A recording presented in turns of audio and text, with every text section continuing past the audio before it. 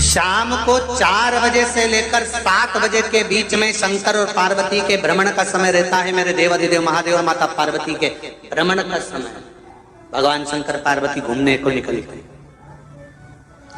इसलिए हमारा सनातन धर्म कहता है शाम के समय पर माताओं को झाड़ू नहीं लगाना चाहिए, शाम के समय पर माताओं को चूड़ी बिछिया नहीं बदलना चाहिए, शाम के समय पर माताओं को मांग में सिंदूरा नहीं भरना चाहिए, शाम के समय पर माताओं को बाल नहीं बांधना चाहिए, शाम के समय पर माताओं को चौखट पर नहीं बैठना चाहिए। उसका कारण क्या है? क्योंकि पार्वती जी ने भगवान भोलेनाथ जी से कहा था कि तुम मुझे रोज शाम के समय प्रदोष काल में भ्रमण के लिए लेकर जाते हो, मेरे लिए आज्ञा क्या है? शंकर भगवान ने कहा सुनो पार्वती, मंदिर के अंदर नंदी रहता है, जाने वाला यात्री जब मंदिर में मेरा दर्शन करने आता है तो नंदी के कानों में कहकर जाता है कि शिव जी को मेरे यहाँ लेकर आना। मैं नंदी के अनुसार उनके घर जाता हूँ, मेरा काम है उनका कल्याण करना और तेरा काम है उनके घर की नारी को अखंड सौभाग्यवती का वर प्रदान करना, ये तेरा काम। तब पार्वती माता ने कहा अखंड सौभाग्यवती होने का वर मैं तो दे दूंगी, पर उस समय पर माताएं चूड़ी बदल रही होगी, हाथ से चूड़ी निकाल रही होगी तो मैं वर कैसे दे सकती हूँ? मांग भर रही होगी तो मैं वर कैसे दे सकती हूँ? उस समय पर चूड़ी बिछिया बदला जा रहा होगा तो मैं वर कैसे दे सकती हूँ? उस समय पर झाड़ू लग रही होगी तो मैं लक्ष्मी को वहां कैसे भेज सकती हूँ? आप बताओ। तो शंकर भगवान ने कहा प्रदोष का समय एक ऐसा समय होता है, शाम का समय ऐसा होता है जिस समय पर केवल शंकर और पार्वती की आराधना का समय होता है। हम तो कई लोगों से कहते हैं अगर आपके यहाँ संपदा नहीं आ रही है, बहुत मेहनत कर रहे हो, फल नहीं मिल रहा, कहीं नौकरी, कहीं सर्विस या कहीं व्यापार या व्यवसाय में कहीं तकलीफ आ रही है, हम सबसे कहते हैं शाम का समय पकड़ लो, शंकर जी के मंदिर में दिया लगाना प्रारंभ कर दो। शिव मंदिर में अगर दिया नहीं लगा रहे हो तो बेलपत्री के पेड़ के नीचे दिया लगा। बेलपत्री और शंकर जी के मंदिर में दिया नहीं लगा रहा तो शंकर जी के मंदिर के बाहर चौखट पर दिया लगा। इतना भी नहीं कर सकते तो अपने घर के बाहर अपने द्वार पर दिया लगा दो, पर शंकर जी के नाम का श्री शिवाय नमस्तुभ्यम बोलकर शंकर भगवान को याद कर कर अपनी कामना कर कर बाबा का स्मरण कर कर पंचाक्षर मंत्र नमः शिवाय, षडाक्षर मंत्र ओम नमः शिवाय, द्वादशाक्षर मंत्र ओम नमो भगवते वासुदेवाय, जो मंत्र तुमको याद है उसका स्मरण कर कर लक्ष्मी हो चाहे नारायण हो चाहे राम हो चाहे कृष्ण हो स्मरण कर कर शाम के समय बाहर दिया लगा दो, दरवाजे के पास लगा दो। वो सुनेगा जरूर, आएगा तो उसका वेलकम जरूर होगा और वो कुछ देकर जरूर जाएगा। नियम तो बनाओ, उसकी चौखट पर जाकर कहना प्रारंभ।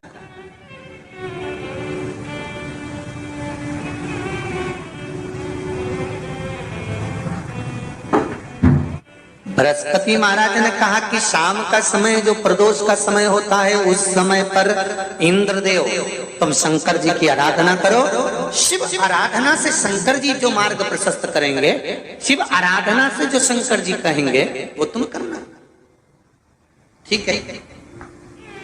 आराधना करी बाबा भोलेनाथ जी।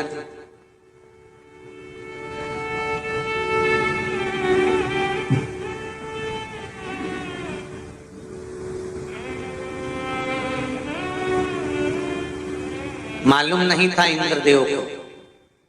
बृहस्पति महाराज ने प्रदोष की महत्वता समझाई तो प्रदोष का समय जानकर शंकर जी पर 7 बेलपत्र प्रदोष के दिन इंद्र ने समर्पित कर दी बिना सोचे। कितनी बेलपत्र?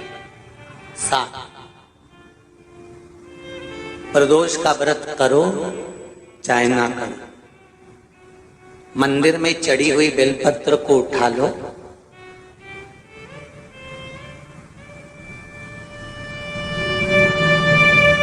बेलपत्र का ब्रह्म कमल बना लो,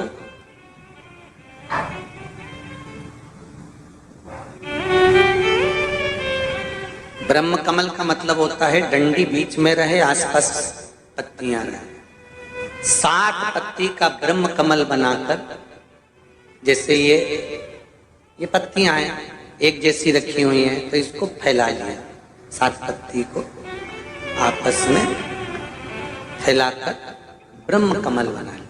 प्रदोष का व्रत करें ना करें, जरूरी नहीं है कि वृक्ष से ही पत्ती लेकर आओगे तो ही शंकर जी को चढ़ाओगे। शिव जी पे से चढ़ी हुई उठाकर धोकर ब्रह्म कमल बनाकर बाबा से विनय कर कर, हे प्रभु आज मैं इस काम के लिए जा रहा हूं, बाबा मेरा यह कार्य है, बोलकर श्री शिवाय नमस्तुभ्यम बोलकर शिवलिंग पर समर्पित कर दो। दिन भर के प्रदोष व्रत का फल बाबा एक बेलपत्री समर्पित करने पर ही प्रदान कर देता है। शिव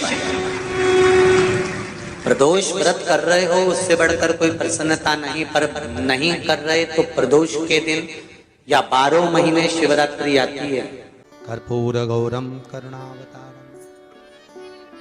आप स्वयं कपूर की भांति हैं महाराज। कपूर जानते हो? अरे बोलो तो चमके। आरती में कब जलाया जाता है? जब आरती पूरी हो जाती है। कपूर क्यों जलाया जाता है? बोलते जाओ। कपूर जलाना क्यों जरूरी है? आरती में, यज्ञ में, अनुष्ठान में कपूर की क्या महत्व है? कौन है ये कपूर?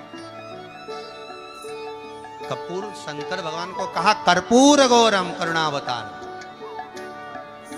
आप कपूर की तरह श्वेत है, पर कपूर की तरह आप हैं, क्योंकि कपूर है क्या?